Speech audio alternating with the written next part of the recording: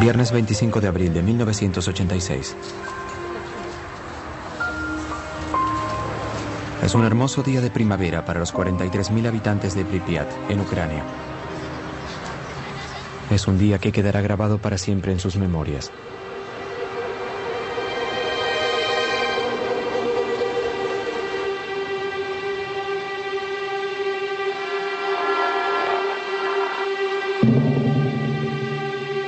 La planta nuclear Vladimir Ilich Lenin se encuentra a 3 kilómetros de la ciudad. Allí trabajan varios miles de personas. Esta noche, los 176 empleados del bloque 4 reciben la orden de probar un sistema de autoalimentación del reactor. Algo que podría ahorrar energía. A la 1:23 am se desactivan los sistemas de seguridad y comienza el experimento.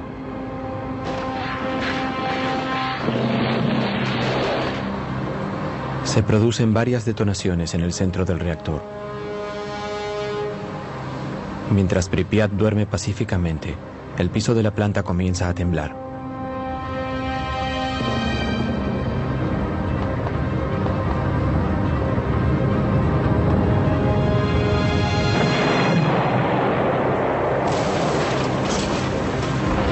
La tapa del reactor de 1.200 toneladas sale disparada hacia el aire. Una poderosa corriente de vapor radioactivo libera uranio y grafito a cientos de metros de la planta. Del enorme hoyo, una llama cargada de partículas radioactivas se dispara 1000 metros hacia el cielo.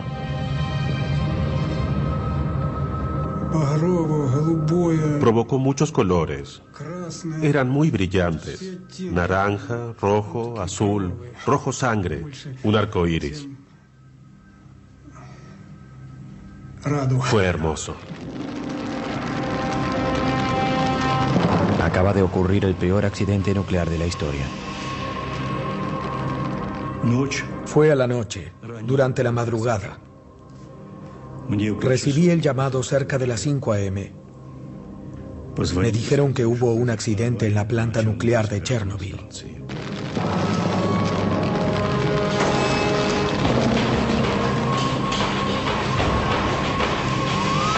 Los primeros bomberos luchan contra el fuego sin el equipo protector adecuado. Arrojan toneladas de agua sobre este extraño fuego, pero nada parece capaz de apagarlo. Todos quedan expuestos a dosis letales de radiación. Esa noche mueren 2 hombres. Otros 28 morirán en los meses siguientes. Son las primeras víctimas de Chernobyl. Nadie estaba preparado para una crisis así. Durante los siguientes 7 meses, 500.000 hombres luchan mano a mano contra un enemigo invisible. Es una batalla despiadada y no reconocida, que cobra las vidas de miles de héroes anónimos casi olvidados. Pero gracias a esos hombres se evitó lo peor. Una segunda explosión 10 veces más poderosa que Hiroshima, que habría acabado con la mitad de Europa. Esto fue mantenido en secreto durante 20 años por soviéticos y occidentales. Muchas de estas imágenes jamás se vieron. Las tomaron periodistas que también quedaron expuestos a la contaminación nuclear. Algunos de ellos murieron. Estas imágenes cuentan la historia de una guerra oculta, cuyas consecuencias aumentan el número de víctimas aún 20 años después. Esta es la verdadera historia del desastre de Chernobyl. El desastre de Chernobyl.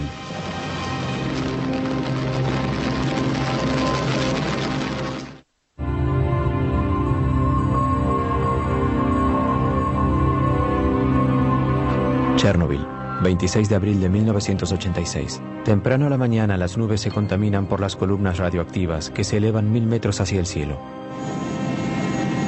Igor Kostin es fotógrafo de la agencia de noticias Novosti. Cuando un piloto de helicóptero amigo lo llama esa mañana y le ofrece sobrevolar Chernobyl, Kostin solo sabe que algo ocurrió en la planta durante la noche. Él es el primer periodista en ver el enorme hoyo. Держи это место! Держи! Держи! Где дым идет? Где дым? Cuando llegamos cerca del bloque 4 y lo rodeamos, no tenía idea del riesgo. Sobrevolamos el bloque y abrí la ventana del helicóptero. No pensé que sería un gran error. El humo ralo y translúcido que ve elevarse de las ruinas es altamente radioactivo. A pesar de exponerse a la radiación, Costin es uno de los pocos reporteros que está en la escena en las primeras horas del accidente de Chernobyl y que aún está vivo. No pude oír nada cuando abrí la ventana. Las ruinas del reactor estaban debajo de mí. Me sentía flotar ingrávido en el espacio, como en una tumba. Había un silencio mortal. Ni siquiera oía el helicóptero. Nada. Un hoyo negro, una tumba y un silencio mortal.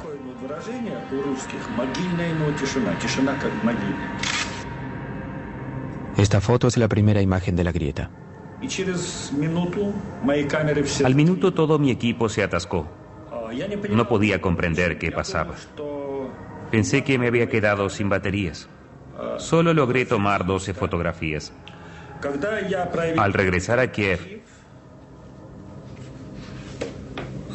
procesé las imágenes y noté que los negativos estaban negros y los colores eran muy pobres.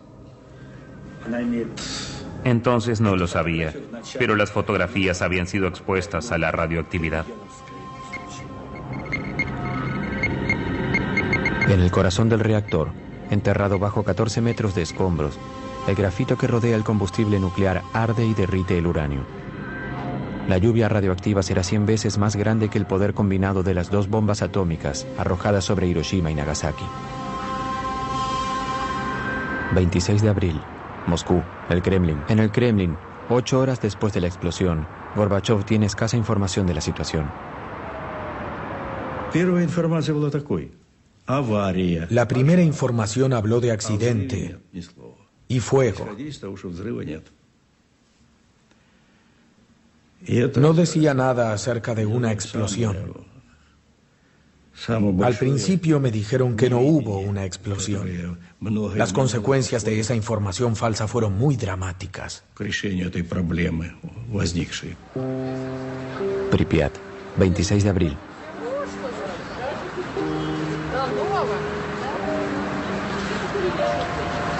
A 3 kilómetros de la planta, los 43.000 habitantes de Pripyat no saben nada del desastre. La vida continúa como siempre.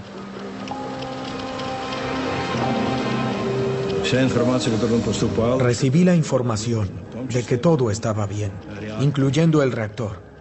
Cuando pregunté al académico Alexandrov, me dijo que el reactor estaba absolutamente a salvo, que incluso se podría erigir en la Plaza Roja, que no sería diferente a un samovar, sería como poner ganado en la Plaza Roja. Pripyat, 26 de abril.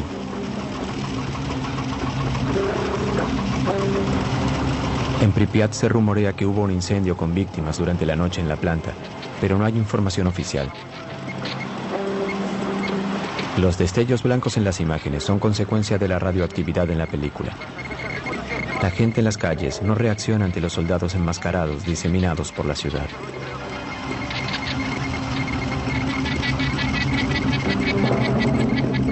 El coronel Greveniuk lidera a los soldados a cargo de controlar la situación. Sentíamos un sabor metálico en la boca, un sabor ácido. Dicen que la radiación no tiene sabor.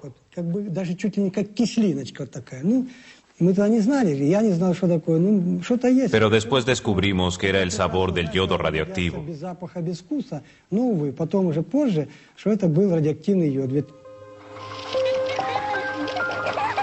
Mientras los niños juegan en las plazas, los hombres del coronel Greveniuk pasan el día tomando las primeras lecturas de radioactividad en la ciudad. En aquellos días, la radioactividad se medía en unidades llamadas Rontgens. El nivel atmosférico normal es de unos 12 millonésimos de Rontgen. A comienzos de la tarde, en Pripyat, las lecturas están a más de 200 milésimas de Rontgen. En otras palabras, 15.000 veces más altas que lo normal. A la noche, el nivel llega a ser 600.000 veces más alto que lo normal. Boulevard Lenin, 200. Boulevard Ucraina, 250 milirroentgens. Y esa noche, 7 roentgens. Mis subordinados comenzaron a pensar que las máquinas no funcionaban bien o que nos estaban mintiendo. No sabíamos que el reactor continuaba ardiendo, diseminando radiación. Este mapa está sellado en plástico porque continúa siendo radioactivo.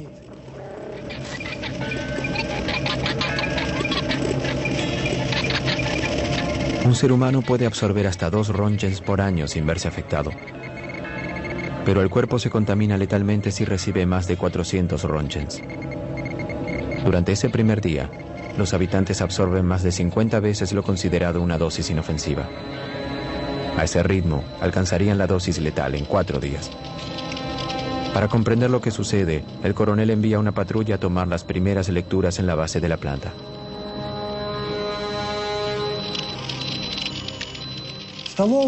Marcaron las primeras lecturas en este mapa. 2080 Röntgens. Sentía temor por mis subordinados. ¿Cómo podría enviarlos allí? A estos niveles astronómicos, en 15 minutos un ser humano llega a absorber la dosis letal de radiación. Los números provocan conmoción en el Instituto Nuclear. Nunca antes vieron un nivel de radioactividad como este.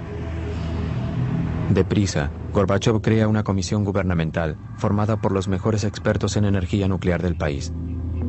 Está guiada por el académico Legasov, un físico nuclear de renombre internacional. Legasov parte de inmediato hacia Chernobyl, junto a una delegación científica. Esperábamos que pudieran evaluar la situación con rapidez, pero durante los primeros días no pudieron decirnos nada. Era una situación dramática. Estábamos en sesión, esperando información. Queríamos información, pero no podían decirnos nada. 20 horas después de la explosión, el nivel de radioactividad continúa subiendo. Para este momento ya se tendrían que haber sellado ventanas y puertas e ingerido tabletas de yodo para contrarrestar los efectos de la radioactividad. Pero todavía nadie había dado la orden. Pripyat, 27 de abril. A pesar de la creciente tensión en la ciudad, la población no tiene información de la situación. En aquel entonces, Yulia Marchenko tenía 5 años. Vivía en Pripyat con su familia. Su padre trabajaba en la planta. Mis padres me llevaron a la guardería, como siempre. Todo estaba absolutamente normal. Mi padre sabía que había habido un accidente, pero aún no se habían tomado precauciones. 30 horas después de la explosión, se toman las primeras medidas de seguridad. Llegan 2.700 autobuses a la ciudad. A las 2 p.m. los militares anuncian que la ciudad debe evacuarse por completo. Я помню, что в садике нам давали таблетки. Это йодинистый калий. Все родители... Recuerdo que los maestros nos dieron tabletas de yodo. Nuestros padres vinieron a recogernos. Todos corrían, pero no había pánico.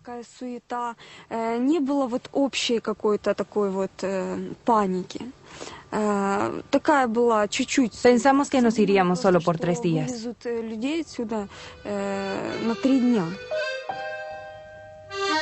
Para evitar el pánico, las autoridades ocultan la seriedad de la situación. Los pobladores tienen 2 horas para empacar sus pertenencias y reunirse frente a sus hogares.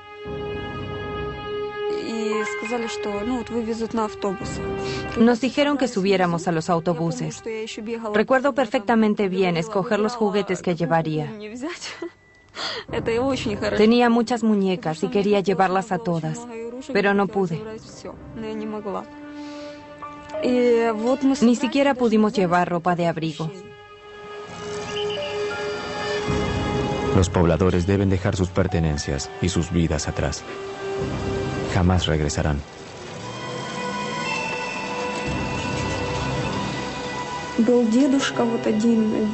Había un hombre que no quería ir. Permaneció atrás. Hallaron su cuerpo unas semanas después. Nadie creía en lo que pasaba. Todos pensaban que les estaban mintiendo. Recordaban la ocupación alemana y decían que en 1941 al menos caían bombas, pero ahora nada. La gente mayor no creía en un enemigo invisible y no había tiempo para explicaciones. Mis soldados y yo simplemente acatábamos órdenes. Pripyat, 27 de abril. En 3 horas y media, evacúan pacíficamente 43.000 personas.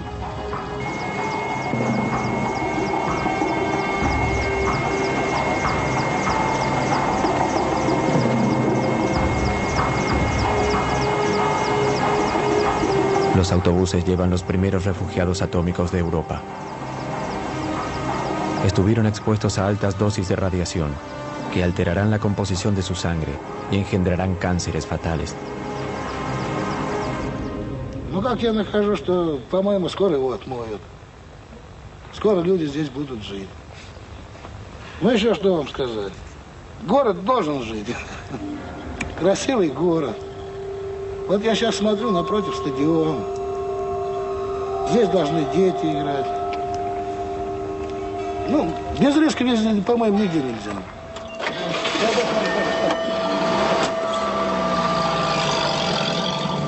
48 horas después del desastre, los únicos que quedan en la ciudad fantasma son el personal militar y los miembros de la delegación científica, con sede en el Hotel Pripyat. Como ignorando el peligro, comen, duermen y trabajan en el lugar. Eran personas íntegras, especialistas. Yo no podía creer que hicieran algo irresponsable o suicida. No, ellos subestimaron la situación. Nuestro antiguo criterio ya no servía. Ya había habido accidentes nucleares antes, tanto en nuestro país como en los Estados Unidos. Pero esa información se había mantenido en secreto. Jamás hubo un accidente de este alcance. Hasta pensaron que el reactor volvería a funcionar para mayo o junio. Mientras tanto, las nubes llenas de partículas radioactivas viajan al norte por el viento. Entre el 26 y el 27 de abril viajan más de 1000 kilómetros sobre Rusia, Bielorrusia y el Báltico. El 28 llegan a Suecia, donde detectan el aumento de radioactividad cerca de una de sus plantas nucleares. Poco después, la televisión alerta a la población. El polvo radioactivo de Chernobyl cae sobre Estocolmo. Las autoridades envían un escuadrón de aviones de caza a tomar lecturas en las nubes. El nivel de radioactividad sugiere que en algún lado hubo un gran accidente. 60 horas después del desastre, aún no se reporta ningún informe oficial fuera de la Unión Soviética. La ministra de Energía de Suecia llamó el lunes. Yo estaba en mi oficina en Viena. Me dijo que habían medido muy alta radioactividad cerca de nuestra planta en Forsmark, al este de Suecia. Concluyeron que provenía desde el exterior. Me preguntó si nosotros sabíamos algo. Le dije que no, pero que nos pondríamos en contacto con los demás. Nos contactamos con el Polo, donde no sabían nada. Pensamos en otro lugar y nos contactamos con Rusia. ¿Qué pasó? ¿Una explosión? ¿Una nube radioactiva? ¿Contaminación grave? Fue Suecia quien nos alertó. 3 días después del accidente, mientras Gorbachov aún intenta reunir información, los satélites espías de América y Europa se orientan hacia la Unión Soviética y descubren las ruinas de la planta ucraniana. La visión térmica muestra claramente el humo que emana del enorme hoyo. En la noche de ese lunes 28, recibimos un mensaje del señor Petrosian, el director de la Comisión de Energía Atómica de Rusia, en donde nos informa del accidente. Al mismo tiempo, los rusos hacen pública la información al mundo. En el Politburó decidimos que era esencial que nos informaran todos los hechos de inmediato. Llamé a la KGB. Les pedí que estuvieran al tanto de todo lo que sucedía allí y que reportaran las conversaciones que mantenían los científicos. Les pedí que me reportaran toda la información a mí personalmente. Tomó más de 48 horas obtener información precisa del desastre. 2 días durante los cuales los 43.000 habitantes de Pripyat se exponen a la contaminación. La crisis continúa creciendo. En el fondo del reactor arruinado, 1.200 toneladas de magma hirviendo continúan ardiendo a más de 3.000 grados, enviando litros de gas y polvo radioactivo a la atmósfera. Europa está a merced de los vientos.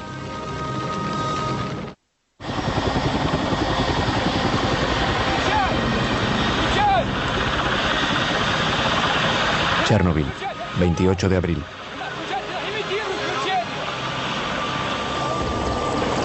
Al tercer día de la crisis, el general Antochkin y su flota de 80 helicópteros viajan desde Moscú para controlar el incendio y apagar el fuego.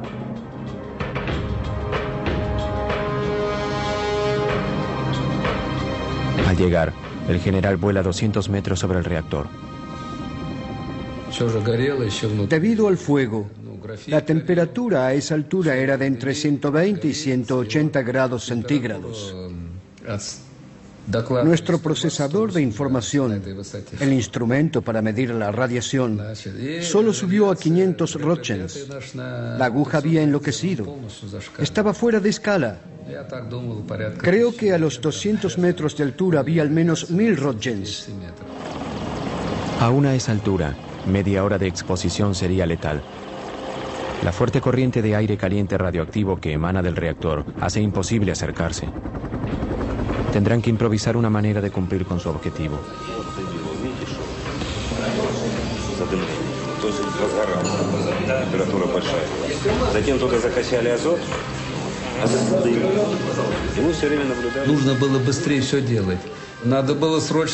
Debíamos hacer algo lo antes posible. Apagar el fuego y sellar el reactor para poder acercarnos lo suficiente para seguir el trabajo. También debíamos evitar que el polvo radioactivo continuara dispersándose. El viento lo arrastraba. Debíamos actuar con rapidez. Comienza un gigantesco ballet. Los mejores pilotos regresan del frente afgano para pilotear helicópteros con soldados que arrojan bolsas de 80 kilos de arena al fuego, con las manos desnudas. Esperan sofocar el fuego llenando el reactor con toneladas de arena y ácido bórico, que neutraliza la radiación. El primer día realizan 110 salidas, el siguiente 300. El nivel de radiación sobre el reactor es de más de 3.500 roentgens, casi 9 veces la dosis letal. Algunos pilotos realizan hasta 33 vuelos el mismo día. Cada vez que iban, recibían 5 o 6 roentgens. Si volaban con lentitud, aún más. Luego de arrojar 6, 7 u 8 bolsas, quedaban empapados de sudor por el calor. Luego de algunas misiones, mis soldados se lavaban y comían. Luego de un tiempo, comenzaban a vomitar.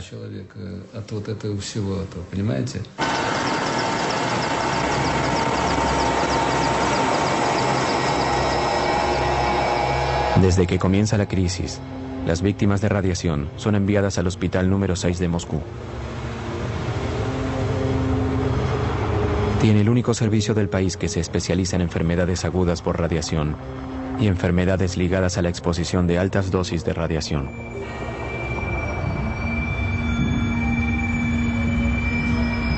Los síntomas iniciales de la radiación, vómitos, náuseas y diarrea, son seguidos de un periodo de latencia. Solo después aparecen síntomas fatales, como el deterioro de la médula ósea y horribles quemaduras que comen la carne hasta el hueso.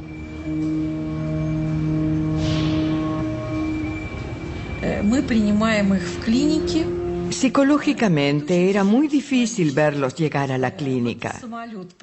Los traían directamente del aeropuerto. Casi todos ellos eran jóvenes. Llegaban durante el período de latencia. Se sentían bien. Todos estaban vestidos igual, con el mismo pijama. Todos hacían bromas. Pero nosotros sabíamos que muchos de ellos morirían. 27 de ellos murieron muy rápido. Todos habían recibido enormes dosis de radiación y estaban sufriendo de quemaduras letales.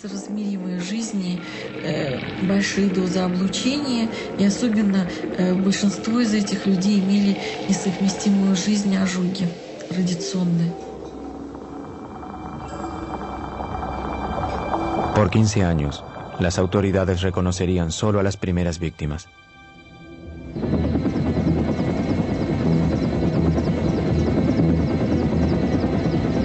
A 30 kilómetros al este de la planta, los árboles están quemados por la onda expansiva radioactiva de la explosión.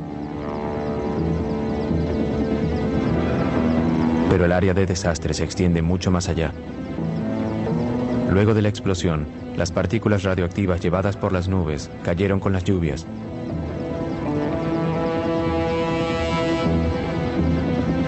Este tipo de contaminación afectó a Ucrania, Bielorrusia y Rusia.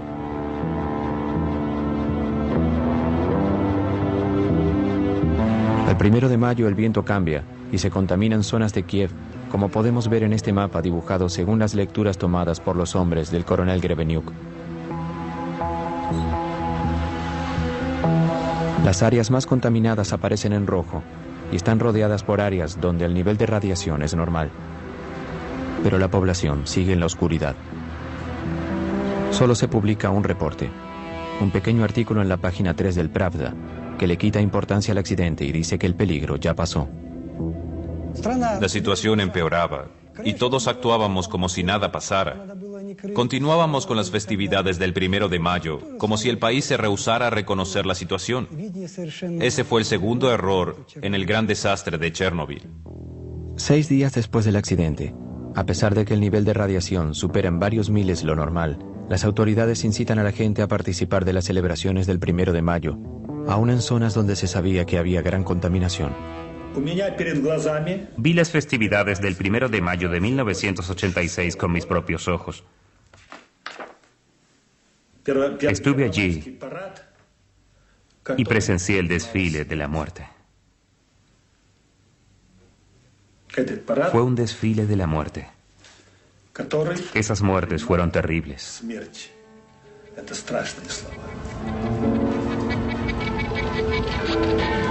Aunque parezca extraño, todas las imágenes del 1 de mayo de 1986 desaparecieron de los archivos nacionales de Ucrania. Solo quedan las fotografías de Igor Kostin. Sherbitsky, el primer secretario de Ucrania, también asistió a las festividades con su familia y sus nietos. Es cierto que, en teoría, eso era importante para evitar el pánico. Pero si hubiéramos sabido la cantidad de radioactividad que había en el aire. ¿Cuántos se contaminaron durante las festividades? Aún hoy no se publicó ningún estudio estadístico. Sherbitsky, el primer secretario del Partido Comunista de Ucrania, se suicidó.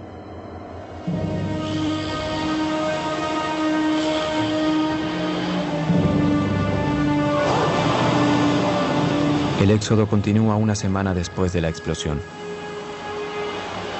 Se evacúan los habitantes de la ciudad de Chernobyl, a 7 kilómetros de la planta. Luego siguen las poblaciones en un radio de 30 kilómetros en torno a la planta. 130.000 personas, muchas de las cuales ya están peligrosamente contaminadas, se mudan. Contaminado. Se evacúa abruptamente y se aísla del resto del mundo una zona de 300.000 hectáreas que abarca Ucrania y Bielorrusia.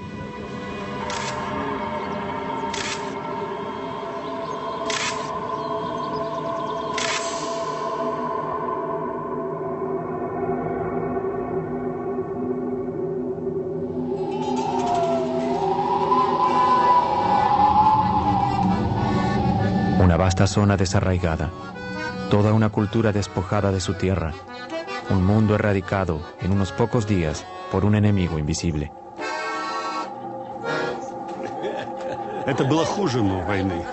Fue peor que una guerra. No podíamos ver al enemigo. En una guerra es posible ver los cañones, las ametralladoras, los tanques. Aquí no ves nada. La radiación está por todas partes. Te atraviesa, te penetra y solo sientes los efectos tiempo después, a veces años después. Es aterrorizante. Mientras tanto, la nube radioactiva continúa viajando sobre Europa. Vuela sobre Bavaria y el norte de Italia. Sobre el sur de Francia y Córcega, cae una lluvia radioactiva de yodo 131 y cesio 137. Los cultivos y los pastos se contaminan seriamente. Mientras las autoridades francesas niegan su presencia, la nube llega a Gran Bretaña y se extiende sobre Grecia. En Chernobyl, el nivel de radioactividad continúa subiendo. El hoyo se llenó con 6.000 toneladas de arena y ácido bórico.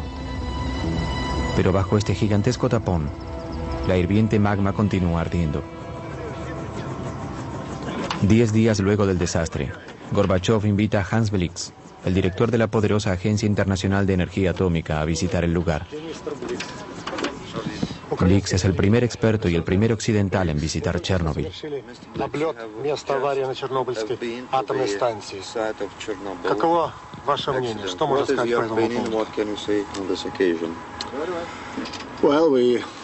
Vimos el lugar desde el aire. Advertimos que algo de humo emanaba de la parte dañada. Se hablaba mucho acerca del riesgo de una segunda explosión. Recuerdo que cuando estábamos en Moscú, llamó un amigo, un familiar de uno de mis expertos, y dijo que había rumores de que podría explotar un segundo reactor.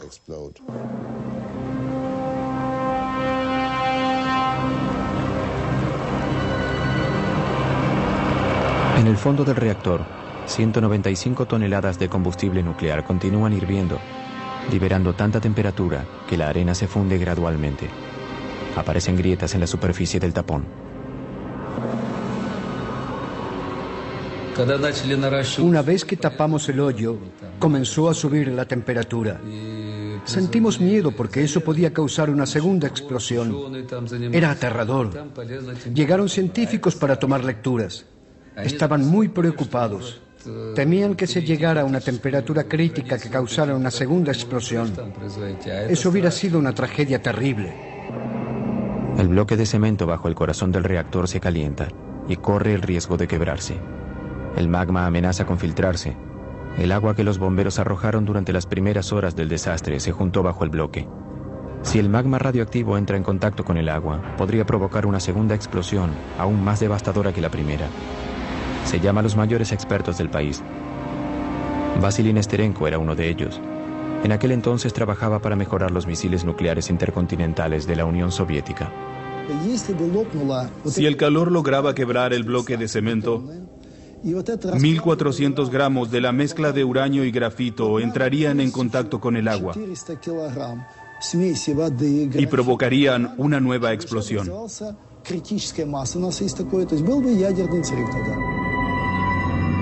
La consiguiente reacción en cadena provocaría una explosión comparable con una gigantesca bomba atómica.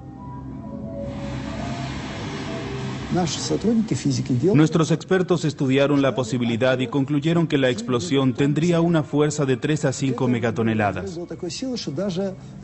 Minsk, que está a 320 kilómetros de Chernobyl, habría desaparecido y Europa habría quedado inhabitable. Debíamos detener el proceso. Si continuaba, sería un enorme desastre. Un enorme desastre nuclear.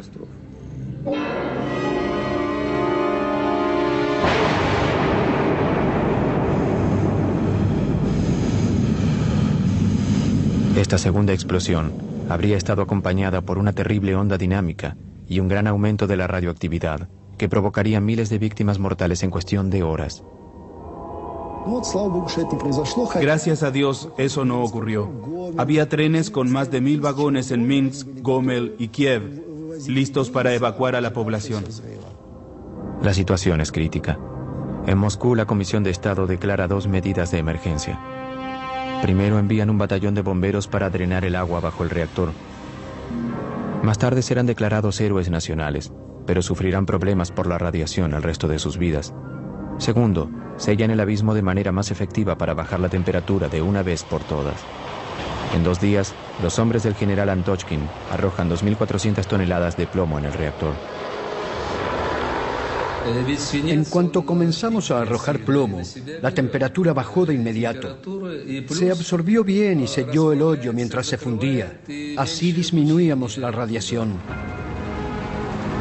Pero parte del plomo se funde cuando toca la llama y se evapora en la atmósfera. 20 años después, los niños enfermos de Chernobyl aún tienen rastros de él. En la actualidad es muy criticado, pero dada la situación, no había mejor solución. Y todos, militares o civiles, oficiales o no, trabajaron desinteresadamente. Yo participé de la primera etapa. Puedo asegurarles que fue algo que se debía hacer. Fue heroico. Durante esta operación, 600 pilotos se contaminan seriamente con la radiación. Todos mueren, pero sus esfuerzos son solo temporarios. A pesar de haber sido cubierto, el fuego continúa ardiendo. Sobrevolar en helicópteros no resuelve el problema. Deben acercarse más, descender a la grieta. ¿Pero cómo? Con la inminente amenaza de una segunda explosión, continúan las improvisadas medidas. Los planos de la planta revelan que se puede llegar a la zona activa a través de los túneles de cemento para cables y tuberías. Una delegación de técnicos del Instituto Kurchatov se aventura en el laberinto. Avanzar es difícil. Parte de los túneles colapsaron en la explosión.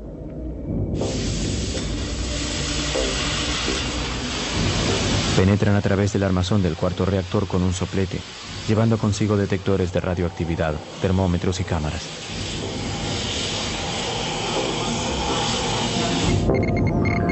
El resultado es aterrorizante. Los niveles de radiación son astronómicos. Confirman sus peores temores. El hirviente magma quebró el bloque de cemento y se filtró hacia la cuenca vacía. Ahora amenaza con hundirse aún más. El riesgo de explosión era de un 5 a un 10%. Habíamos drenado el agua debajo del reactor, pero debíamos hacer algo urgente. Debíamos poner algo bajo el reactor para evitar que el magma siguiera filtrándose. Debíamos evitar que cayera. Nada evita que el magma se filtre aún más en el arenoso suelo. Y debajo del reactor hay un enorme y extenso acuífero que provee de agua a todo el país.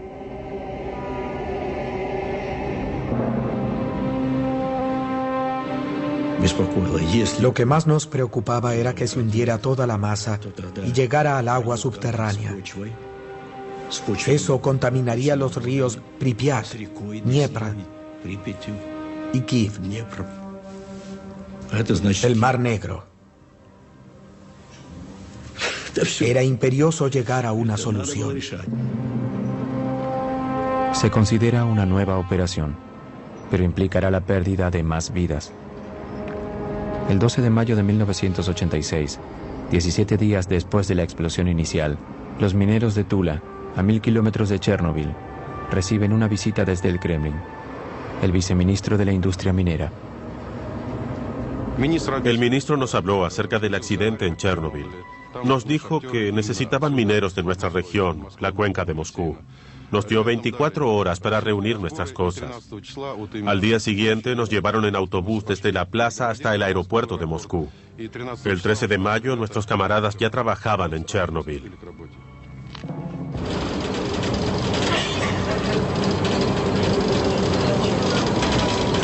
...13 de mayo de 1986... zona de Chernobyl.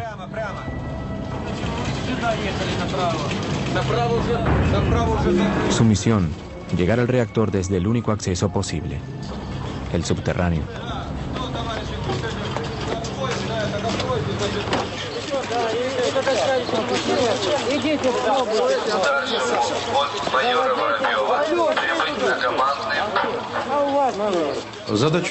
Nuestra misión era esta: cavar un túnel de 150 metros desde el bloque 3 hacia el 4.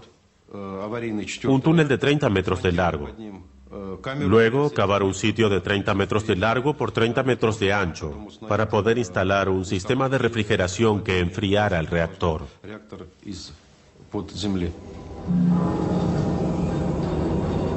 Para limitar la exposición a la radiación, los mineros cavan 12 metros hacia abajo antes de dirigirse hacia el reactor en llamas. Luego, cavan un espacio de 2 metros de alto y 30 metros de ancho para instalar un complejo sistema de enfriamiento a base de nitrógeno líquido. Тебе говорили, что нужен вентиляционный рукав. Ты меня слышишь?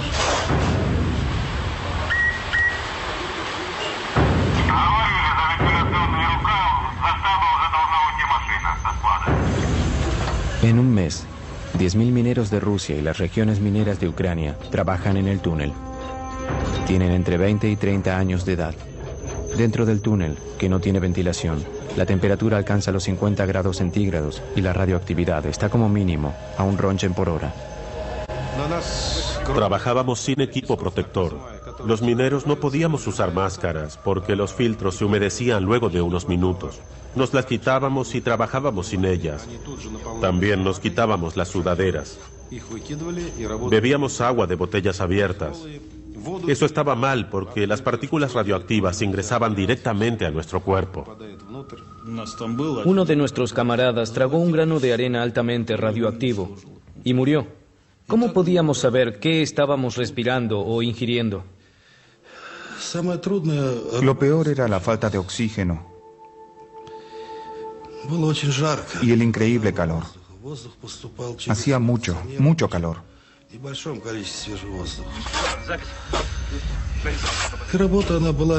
Debíamos trabajar muy rápido,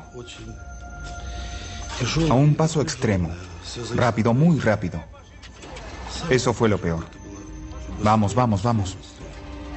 Batallones de 30 mineros se van relevando cada 3 horas, 24 horas por día. En un mes y 4 días cavan un túnel de 150 metros, un trabajo que en una mina normalmente hubiera llevado 3 meses. Los lugares más peligrosos no estaban abajo. No había tanta radiación debajo del reactor. Pero a medida que subíamos, debíamos trabajar aún más rápido.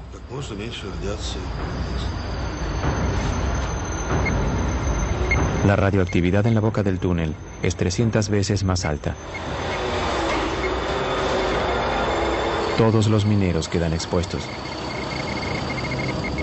Jamás les informan de los verdaderos peligros a los que se enfrentan.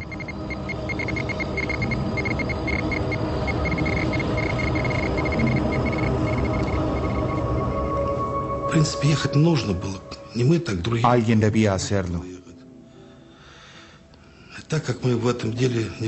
Nosotros o alguien más. Hicimos nuestro trabajo. ¿Debimos hacerlo? Es muy tarde para juzgar. No lo lamento.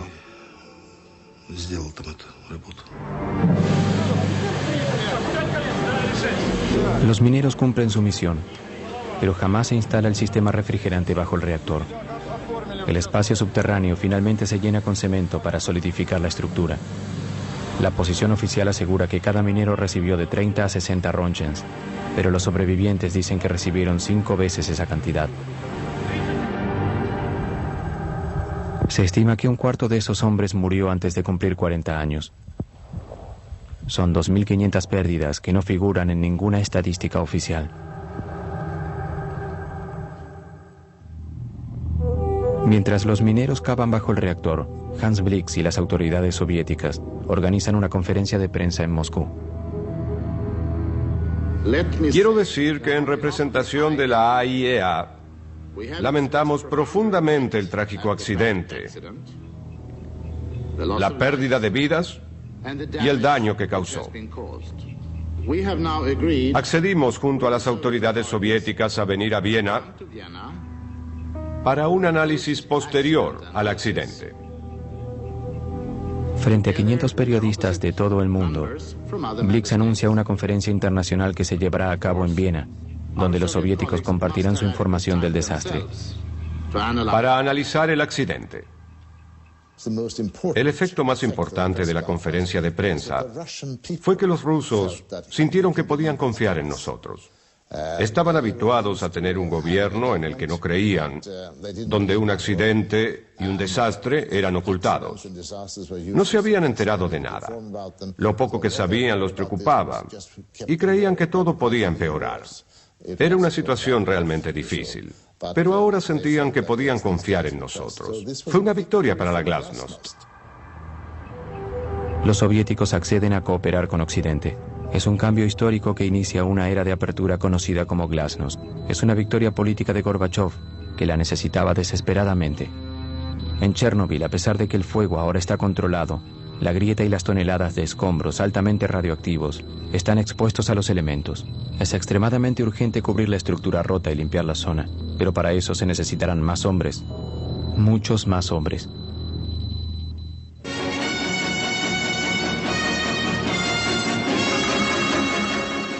Добрый вечер, товарищи.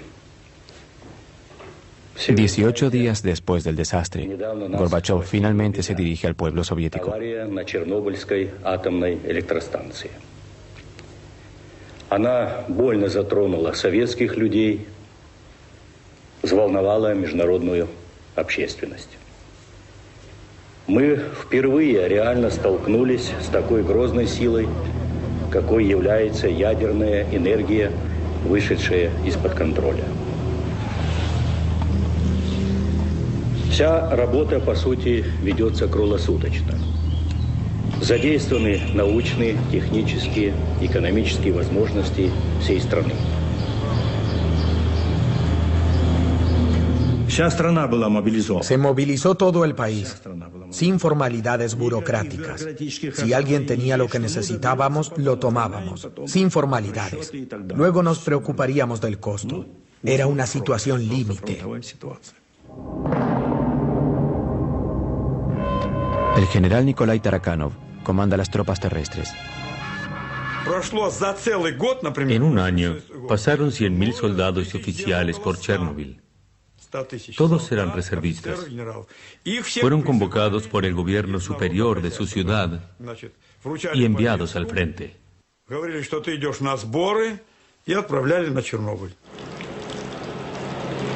Personal militar o civiles, oficiales o simples soldados, todos eran liquidadores. Una palabra inventada para la batalla de Chernobyl. Su misión, limpiar o liquidar la radioactividad. Сначала ходишь первые дни, прячешься, одеваешь маску, а потом уже забываешь, даже на производстве уже забываешь одевать ее. Уже как дома, чувствуешь себя действительно, привыкаешь здорово. Все улыбаются, все довольны. Водку не продают. Вообще в Москве такой слух был, что на Чернобыль приезжает, водителям каждый день дают 150 грамм этого. Я с женой разговаривал, 150, и рассказываю, говорю, в столовую заходишь 150, выходишь 150. Она, ты хоть закусывай там. Самое интересное, тут просто нет. Шагу не ступить, говорю. Igor Kostin fue uno de los 5 reporteros de guerra autorizados por el Kremlin para cubrir la batalla. Es un cambio en un país que mantenía todo oculto. 3 de sus colegas murieron. No había títulos, ni ministros, generales o soldados. Nadie decía, soy general, hagan lo que digo. Todos hacían lo que podían. Y así fue como la operación apodada la liquidación del accidente de Chernobyl se puso en movimiento. 100.000 soldados, así como también 400.000 civiles, trabajadores, ingenieros, enfermeras, doctores y científicos de cada república soviética pasan por Chernobyl. La Unión Soviética combate su última gran batalla. 500.000 personas. Las tropas en Chernobyl fueron mayores a las de Napoleón, pero nuestro ejército se contaminó.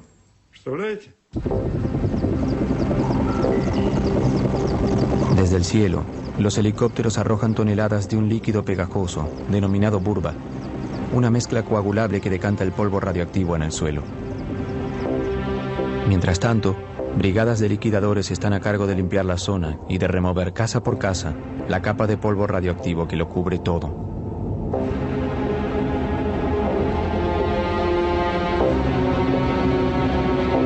Создавались специальные бригады охотников. Se formaron escuadrones de caza especiales. Patrullaban el campo y los bosques con rifles. Mataban perros y gatos.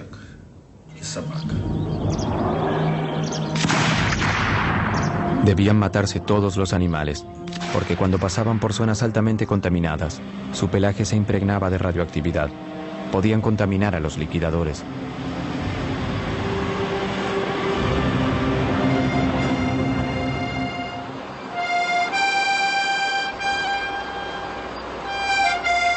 Se evacúan las últimas poblaciones con habitantes de la zona. Se derriban una a una las casas y se entierran. Por las noches, los camiones, las máquinas y los hombres están cubiertos de polvo radioactivo.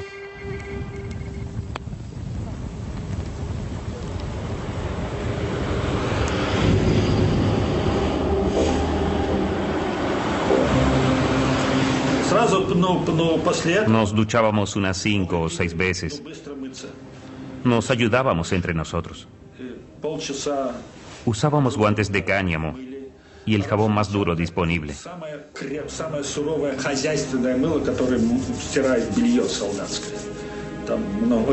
Nos frotábamos.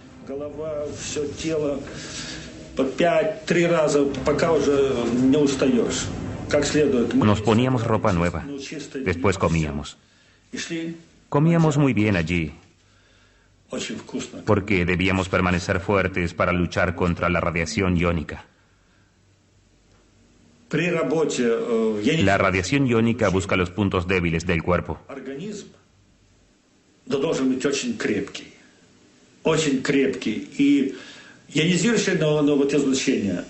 Así halla la forma de penetrar y te destruye. Julio, zona industrial, reactor 4.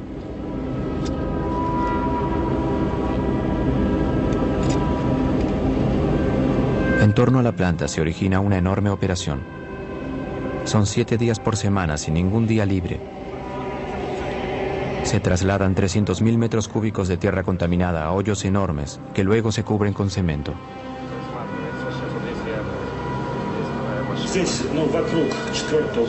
Este lugar, en torno al reactor 4, es donde se llevaron a cabo las misiones más peligrosas de la zona. 8 semanas después de la explosión, los liquidadores abordan el corazón del problema. Para neutralizar el desecho tóxico a largo plazo y evitar que continúe diseminándose, todo el reactor accidentado debe ser aislado. Lev Borchakov es uno de los ingenieros que diseña la enorme estructura que cubrirá por completo el reactor 4. Un sarcófago de acero y concreto de 170 metros de largo y 66 metros de alto.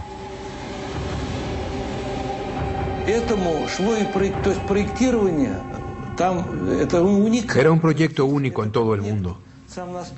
Nadie jamás había construido una estructura así en una zona tan radioactiva. Solo se podía trabajar unos minutos por vez. Jamás se había hecho algo así.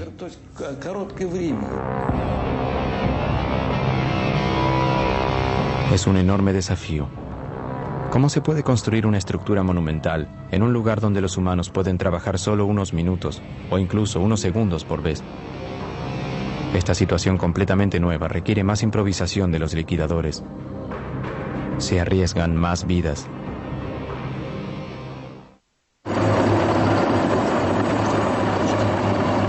Pasaron más de 12 semanas desde la explosión inicial en el bloque número 4 de la planta nuclear de Chernobyl. Para detener la contaminación letal, se lanza un último ataque.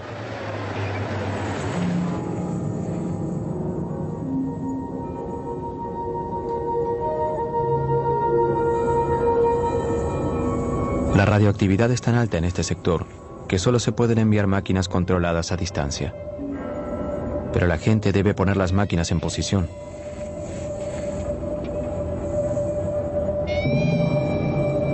Los trabajadores solo pueden permanecer unos minutos para evitar recibir una dosis fatal de radiación. Con cada segundo, sus vidas peligran más y más. Este es uno de los vehículos blindados. Parece primitivo, pero debimos construirlo nosotros. Revestimos las cabinas por completo con plomo para proteger a los soldados contra la radiación.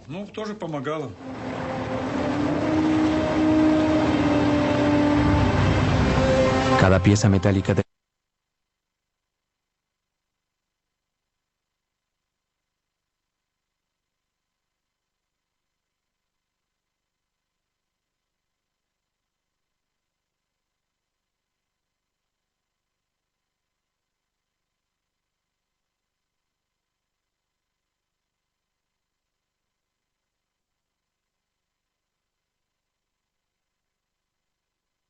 de esta grúa. No podíamos trabajar mucho tiempo en el lugar. No podíamos equivocarnos.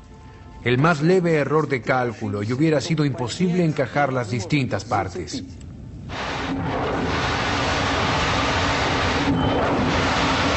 A pesar de las condiciones extremas, el trabajo progresa. Se usan 100.000 metros cúbicos de cemento para hacer la estructura. Pero el descubrimiento de un nuevo problema obliga a detener el trabajo. El techo de la planta está cubierto por piezas de grafito altamente contaminadas.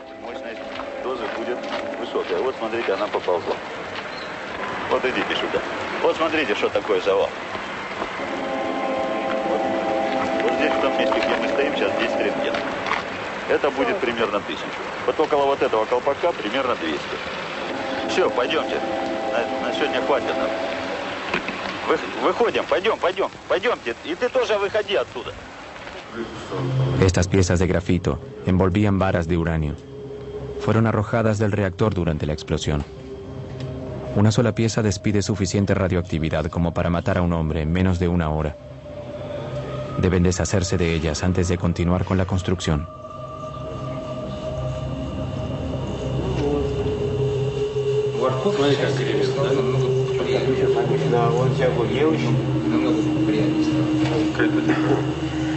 Там очень большие уровни радиоактивного излучения, и поэтому туда подойти крайне тяжело. Ну и зачем туда пускать людей, когда может техника сработать? Envían robots al techo para arrojar los letales escombros por el borde. 60 metros abajo, otros robots los recogen y los entierran en hoyos. Pero luego de unos días, el ambiente radioactivo comienza a afectar también a las máquinas. Sus circuitos electrónicos ya no resisten. Se vuelven locos y se averían. Una de las máquinas se precipita hacia la grieta.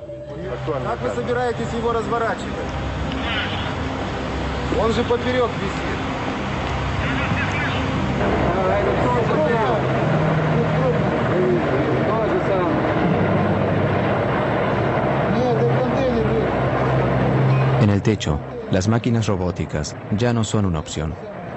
Los hombres deberán reemplazarlas. Soldados rusos, apodados biorobots para la ocasión. Este batallón de jóvenes reservistas se prepara para subir al techo del reactor número 3 por primera vez.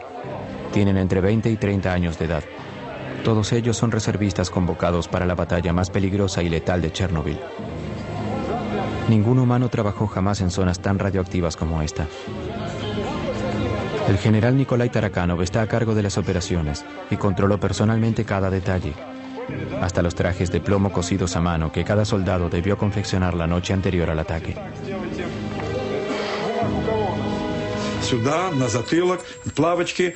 El frente, la espalda, las botas, todo estaba cubierto de plomo. Un casco, una máscara para protegerse de los rayos beta,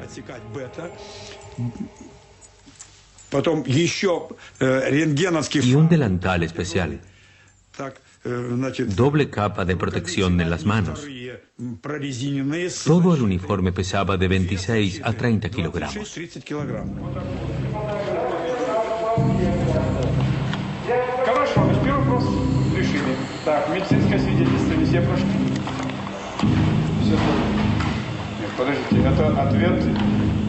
Значит, не по существу.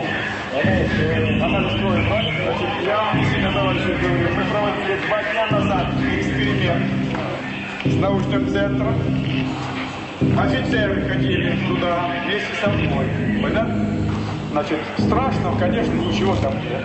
Это ясно. Сегодня состоялось решение и правительственное. Они тоже идут туда же? Obviamente algunos no querían ir, pero debieron hacerlo. Eran reservistas. Debieron ir. Yo no lo dudé. Debía hacer mi trabajo. ¿Quién más lo haría por mí?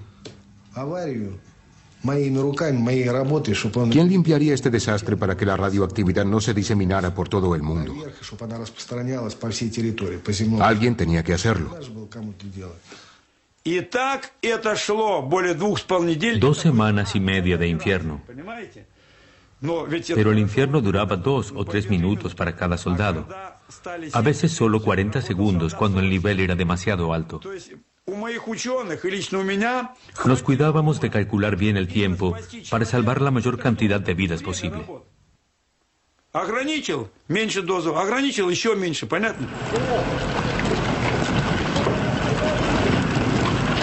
Cuando suena la sirena, un grupo de 8 soldados y un oficial sube al techo. Su misión es simple: palear los escombros radioactivos lo más rápido posible y retirarlos del techo. Аккуратно, аккуратно. Аккуратно, так.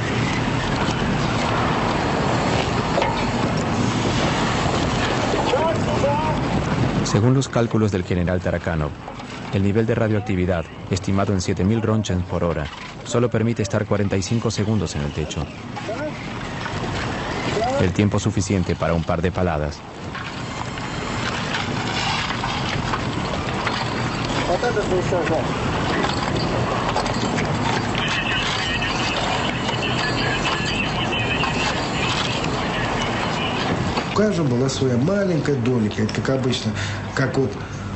Éramos como hormigas. En cuanto algunos terminábamos la tarea, otros nos reemplazaban de inmediato.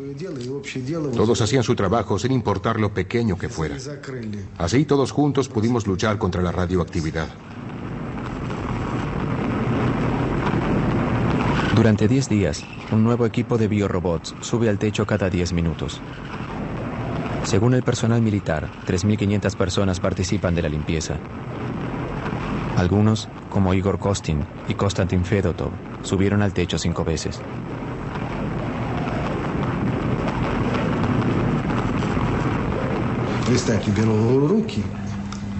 Sosteníamos piezas de 1.500 Roentgens. Luego de un día de trabajo, las manos dolían y no podíamos cerrarlas.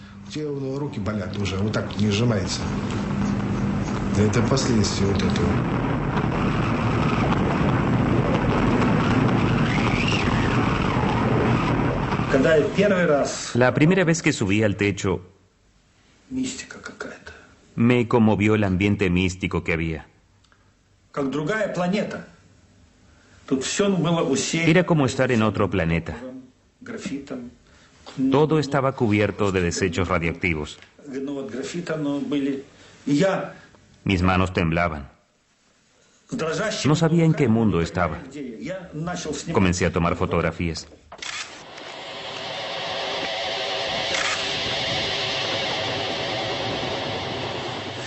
Si miran bien, pueden ver los rastros de la radiación en la película.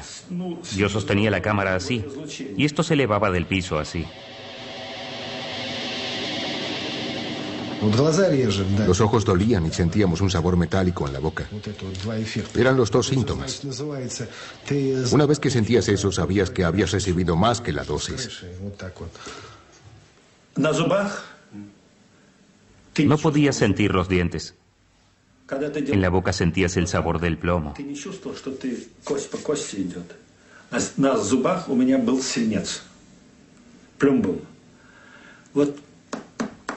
Hacías así, pero no podías oír nada. Todo estaba cubierto de plomo. Aún hoy, a 20 años, puedo sentir el sabor del plomo.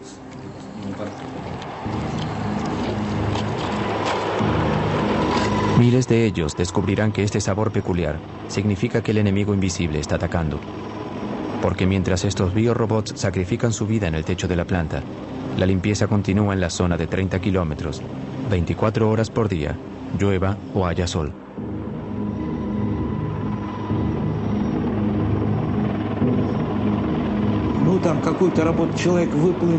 El trabajo que normalmente podía hacer un hombre en una hora, en Chernobyl debían hacerlo 60 personas.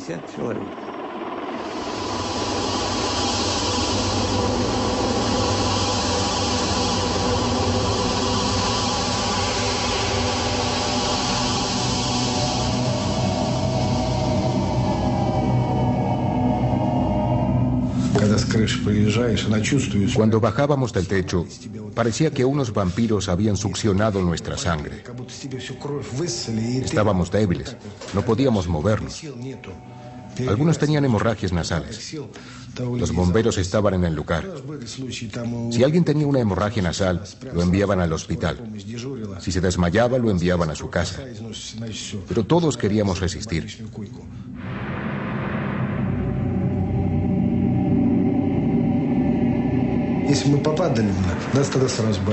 En aquella época éramos jóvenes y fuertes. Nuestra salud está mal. Perdimos todo.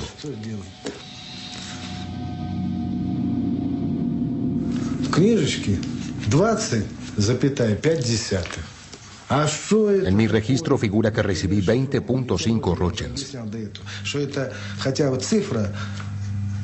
¿Qué significa eso? Ese número es muchas veces más bajo que la dosis real.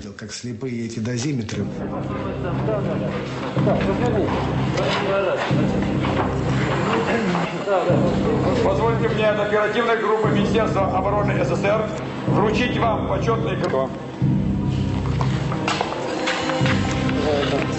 Спасибо вам за выполнение. Como recompensa, cada soldado recibe un certificado del liquidador del ejército y un bono de 100 rublos, el equivalente actual a $100.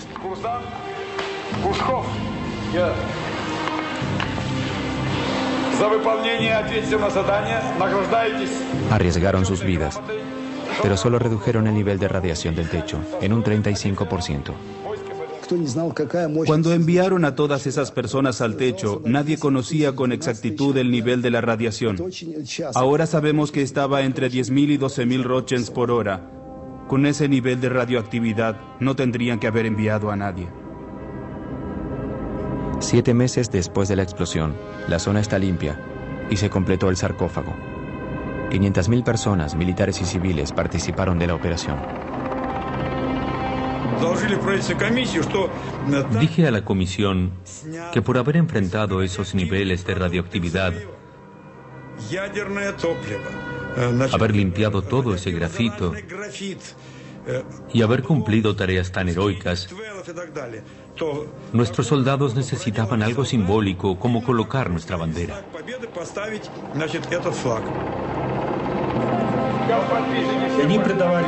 Colocar allí nuestra bandera fue como colocar la bandera en el Reichstag.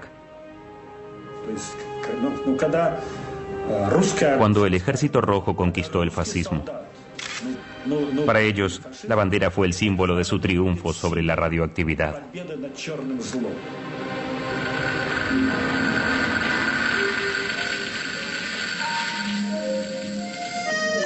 Cada equipo de liquidadores celebra el final de la operación a su manera. Borchakov y sus hombres graban sus nombres sobre la pieza metálica que irá arriba del sarcófago.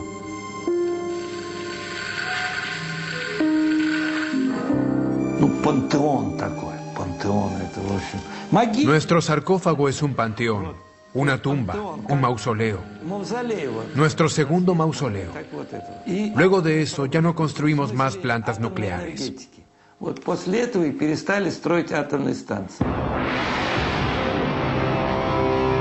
Es una victoria amarga. El país jamás se recobrará.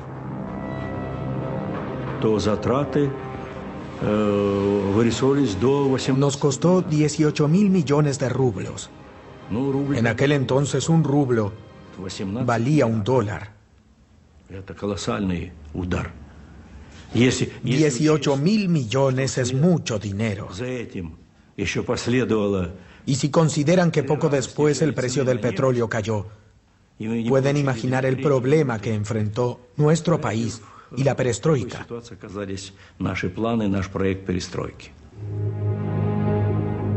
Caen las primeras nevadas sobre Chernobyl. Para las autoridades, esto demuestra que el sarcófago es hermético. Al menos por 30 años, según sus predicciones. Los liquidadores regresaron a casa. Los reactores 1, 2 y 3 están en actividad. La primera batalla de Chernobyl culminó con una victoria que anuncia el final de la Unión Soviética. Pero para muchos, también marca el comienzo de una guerra que, 20 años después, aún no terminó. 20 años después, Pripyat continúa siendo una ciudad fantasma. Yulia, junto a Igor Kostin, desea ver el apartamento donde vivió con su familia hasta el fatídico día de la evacuación. Al contrario de lo que les dijeron, ningún habitante del lugar pudo regresar a vivir a los desiertos edificios.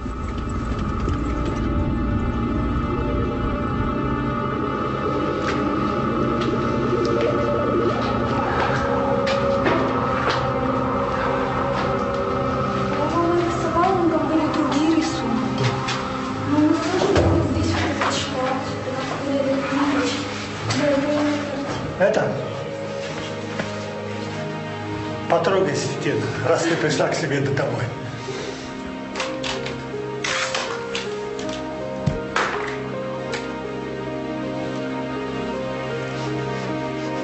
Para Igor Kostin, la visita también despierta dolorosos recuerdos.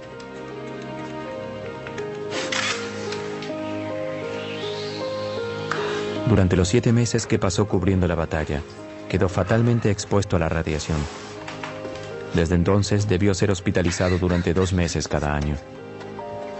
Новую энергию в завтрашний день. Родина, как никто, больше дает энергию человеку. Это твоя родина, твоя земля сейчас впитала все мощное, что только мы не можем впитать.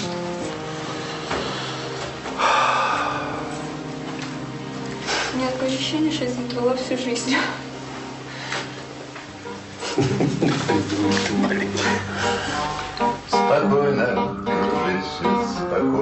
Para los cientos de miles de refugiados civiles y los cientos de miles de veteranos de la batalla de Chernobyl, la lucha contra el enemigo invisible aún no terminó.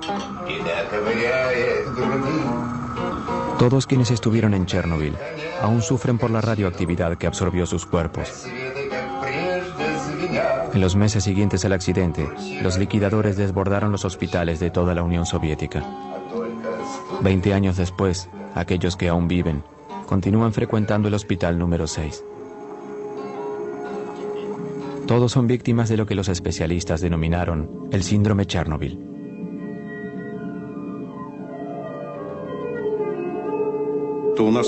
Todos tenemos muchos síntomas. En el corazón, el estómago, el hígado, los riñones, en el sistema nervioso.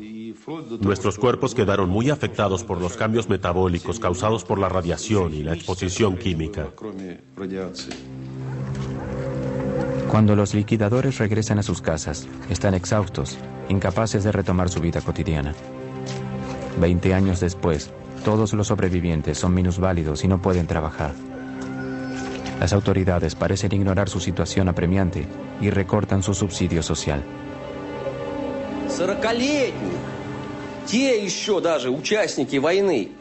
Los veteranos de la guerra en Afganistán aún están vivos. Mientras nosotros nos consumimos. Escribí un poema acerca de esto.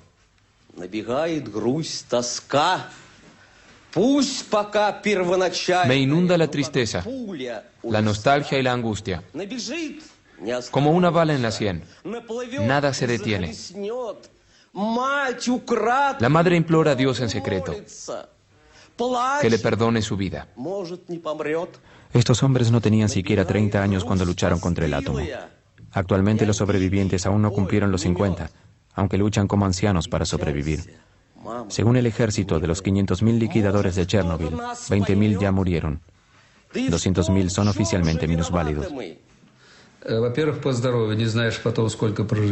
No sabemos cuánto tiempo viviremos ni qué enfermedad nos matará. No conocemos los efectos que tendrá en nuestros hijos, en caso de que haya alguno. Sabemos todo eso. Sabemos que el enemigo invisible nos destruye por dentro, como un gusano.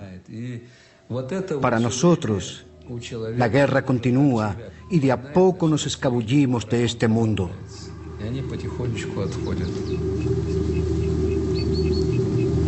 Pero durante 2 décadas, oficialmente solo se atribuyeron 59 muertes al desastre de Chernobyl. No se realizó ni un solo estudio a los 130.000 refugiados de la zona. El Estado no realizó ni una sola estadística de los 500.000 liquidadores. No hay registros de la población que continúa viviendo cerca de Chernobyl y en las zonas contaminadas.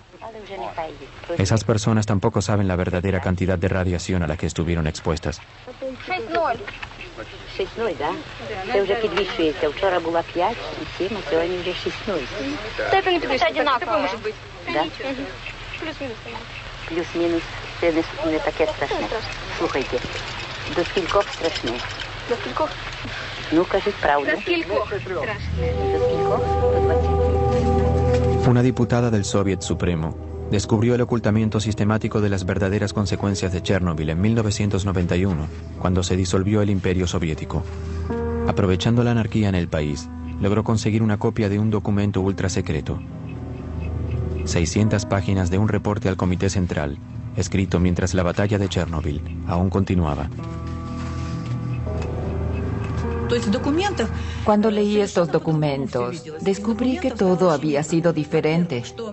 Descubrí las terribles mentiras que los líderes del partido nos habían contado.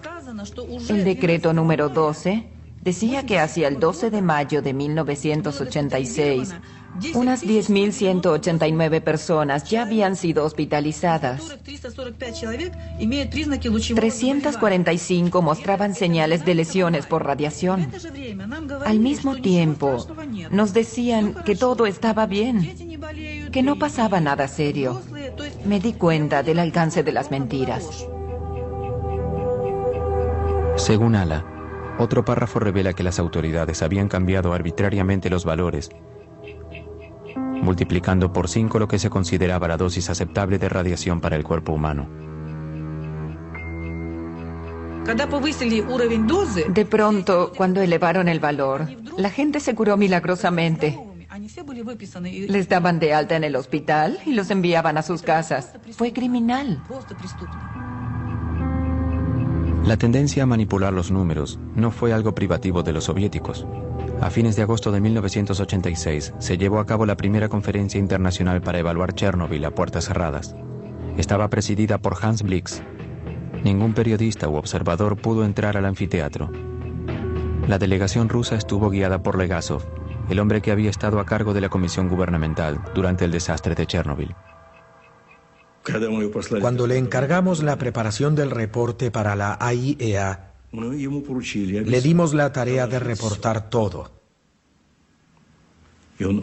Redactó un reporte muy detallado que puso a todos en estado de shock. Legasov habló por 3 horas.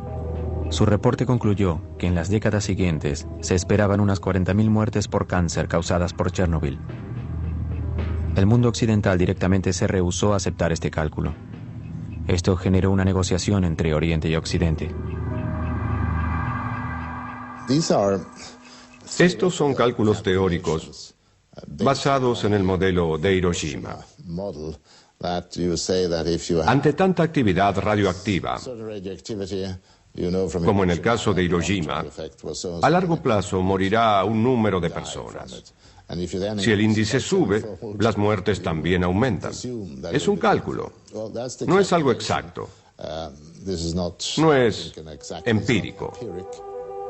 Otra vez, los números eran sorprendentemente flexibles. Cuando terminó la conferencia, la gente ya no hablaba de 40.000 muertes, sino de 4.000 muertes probables. Unos 20 años después, en septiembre de 2005, este número se convirtió en la cifra oficial de muertes del desastre.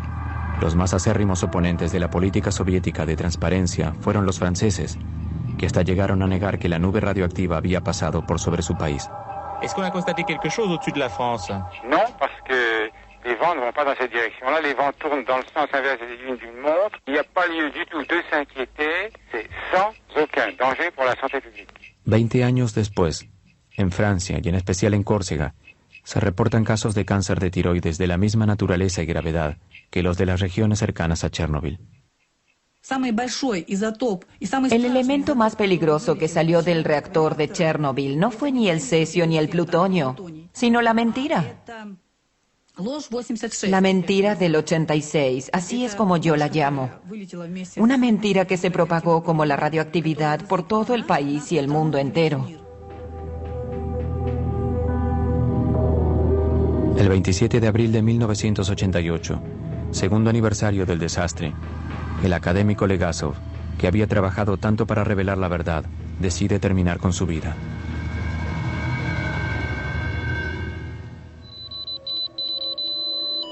Actualmente, como perfectas metáforas de la mentira institucionalizada, las partículas radioactivas arrojadas desde el reactor en la explosión continúan envenenando la Tierra.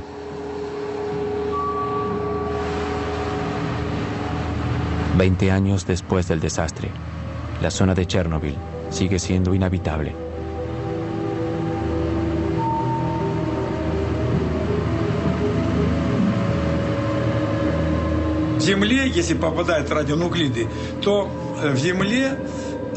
En 5 años, los radionucleidos se hunden 5 centímetros en el suelo contaminado. 20 años más tarde están 20 centímetros bajo tierra. Continúan contaminando todas las plantas. Para limpiar eso, deberíamos quitar 20 centímetros de tierra y enterrarla en contenedores sellados. Es un trabajo demasiado grande. Es imposible.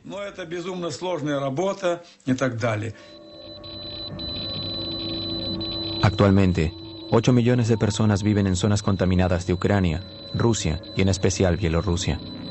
Por 20 años se alimentaron de una comida radioactiva que continúa contaminándolos de a poco. Este tema, planteado en 1986 por la delegación soviética en la conferencia de Viena, se ignoró sistemáticamente. 1.152 niños fueron operados de cáncer de tiroides entre 1986 y 2002 en el centro especializado de Minsk. ¿Cuántos más en otras ciudades? Aún no se publicó ninguna estadística global. Un doctor, Yuri Bandayevsky, estudia las enfermedades de las poblaciones de las zonas contaminadas desde el desastre. Cuando publicó sus descubrimientos en 1996, fue condenado de inmediato. Arrestado y sentenciado oficialmente por corrupción, pasó los siguientes 5 años en prisión. En noviembre de 2005, continuaba bajo arresto domiciliario. Miren qué pasa si la madre se contamina con cesio durante el embarazo. Miren cuántas deformaciones en una sola familia. Labio leporino, falta de ojos, cráneos deformes. Estos embriones son de hámsters alimentados solo con pasto contaminado de la región de Gómel. El resultado, toda una camada de animales deformes. Me horrorizó la cantidad de embriones deformes desarrollados en animales que habían comido alimento contaminado con cesio. En 2 semanas obtuve un horrible número de deformaciones. En general, cuando uno encuentra un monstruo, lo describe. Todos conocemos el Museo Kunstkamera de Pedro el Grande en San Petersburgo. Francamente, yo podía crear la cantidad de monstruos que quisiera.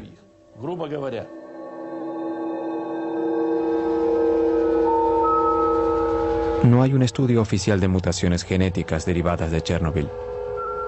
A pesar de los miles de abortos producidos en los meses posteriores al desastre, hay cientos de niños que sufren los efectos de la radiación. Las deformaciones que vemos entre estos niños son similares a las de los hámsters de Bandayevsky. En Bielorrusia actualmente 300.000 niños sufren las consecuencias de la contaminación. Organizaciones no gubernamentales, como la Cruz Verde Internacional, fundada por Gorbachov luego de dejar el gobierno en 1991, abrieron centros de tratamiento y de apoyo para las víctimas de Chernobyl. También organizan campamentos terapéuticos que buscan enseñar a las nuevas generaciones de áreas contaminadas cómo convivir con la radioactividad, como aquí, que controlan la contaminación de la comida. ¿Cuántos años continuaremos con esto? ¿800 años? 800 años. ¿Hasta que nazca el segundo Jesucristo? ¿Hasta su regreso? Sí. Chernobyl jugó un papel importante para todos nosotros. Y por supuesto, debemos continuar investigando sin escatimar los recursos. Debemos fortalecer nuestra cooperación internacional y crear centros científicos internacionales para hallar nuevas fuentes de energía más seguras. Ese es el tema principal. No deseo que nadie, ni mis amigos ni mis enemigos, pasen por una tragedia así. Nadie merece vivir lo que vivimos en Chernobyl. Todos somos seres humanos y nadie merece eso.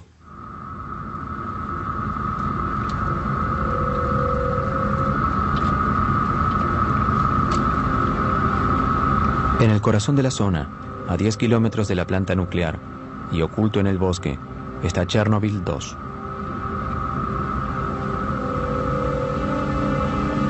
Hace 20 años nadie podía acercarse a este enorme radar militar, el ojo oculto de Moscú para divisar misiles norteamericanos. El hecho de que haya sido puesto fuera de servicio luego de la explosión coincide con lo que el accidente de Chernobyl pareció presagiar. Usar armas es algo terrible, y las armas nucleares son aún peores. El accidente de Chernobyl involucró un solo reactor. Fue un accidente limitado cuyas consecuencias aún están con nosotros. Tuvimos 2 bombas, Hiroshima y Nagasaki. Con ellas las consecuencias también continúan actualmente con nosotros. Chernobyl nos mostró la verdadera naturaleza de la energía nuclear en manos humanas. Calculamos que nuestro misil más poderoso, el SS-18, era tan poderoso como 100 Chernobyl. El SS-18 era la cabeza nuclear que los americanos más temían, y teníamos 2.700 de ellos. Eran los misiles que teníamos para los americanos. 2.700. Imaginen la destrucción. El señor Gorbachov tenía razón al decir que Chernobyl fue la gran ilustración de la radioactividad liberada. En ese sentido, sugirió a la gente vívidamente que debemos terminar con las armas nucleares. Un año y medio después de Chernobyl, Mikhail Gorbachov quitó todas las cabezas nucleares soviéticas ubicadas entre 500 y 5.000 kilómetros. 10 años después, se ratificó el Tratado de Prohibición Completa de los Ensayos en todo el mundo, a excepción de la India. Chernobyl marcó el comienzo del desarme de los mayores rivales nucleares del mundo. Chernobyl convenció a todos. Soviéticos y americanos advirtieron de una vez por todas la magnitud de los volcanes atómicos que nuestros países preparaban. No solo nuestros 2 países, sino todo el mundo. Todo el mundo. 20 años después, El desastre de Chernobyl y sus lecciones parecen desaparecer de la memoria. Mientras tanto, bajo el envejecido sarcófago del reactor número 4, el veneno sigue siendo letal. En 2001, los 3 reactores de Chernobyl fueron cerrados para siempre. Pero 20 años después de la explosión, un dosímetro supera los límites en la base del sarcófago. Altos niveles de radioactividad, 100 veces más de lo normal, aún contaminan los alrededores de la planta. La estructura se debilitó por la lluvia y la erosión. Desde su construcción, 3.000 liquidadores la controlan y previenen los daños.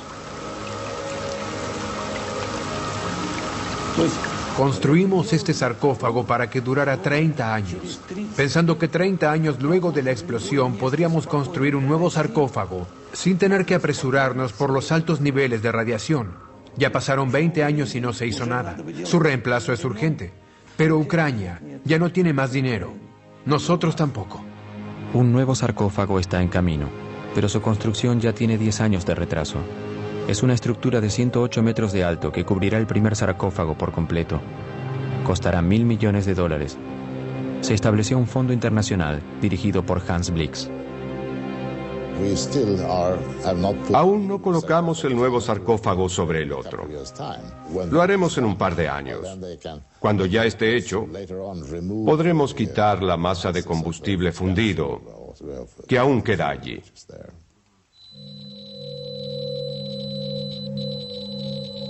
«20 años después de la explosión, el magma frío del corazón del reactor, a 14 metros bajo tierra, continúa siendo una gran amenaza.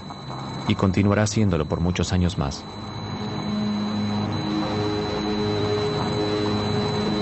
Rezo a Dios para que el sarcófago jamás colapse. Eso sería lo peor que podría ocurrir, porque adentro hay 100 kilogramos de plutonio. 1 microgramo es la dosis letal para un ser humano. Eso significa que hay suficiente plutonio como para envenenar a 100 millones de personas. La vida media del plutonio, el tiempo que necesita la mitad del plutonio como para desaparecer, es de 245.000 años. Es algo que podríamos considerar eterno. Hay zonas donde nunca jamás habrá vida otra vez. A pesar de esta terrible advertencia, el desarme nuclear impulsado por Chernobyl está siendo cuestionado actualmente. Si el desarrollo nuclear para uso civil se presenta como una solución a los problemas de los combustibles fósiles y el calentamiento global, este paisaje nos recuerda que esa opción no carece de consecuencias. Se necesita mucho cuidado y una buena información acerca de los riesgos que presenta. Chernobyl también nos recuerda que si queremos vivir con la radioactividad y sus inevitables peligros, también debemos evitar que las generaciones futuras corran el riesgo de un apocalipsis nuclear.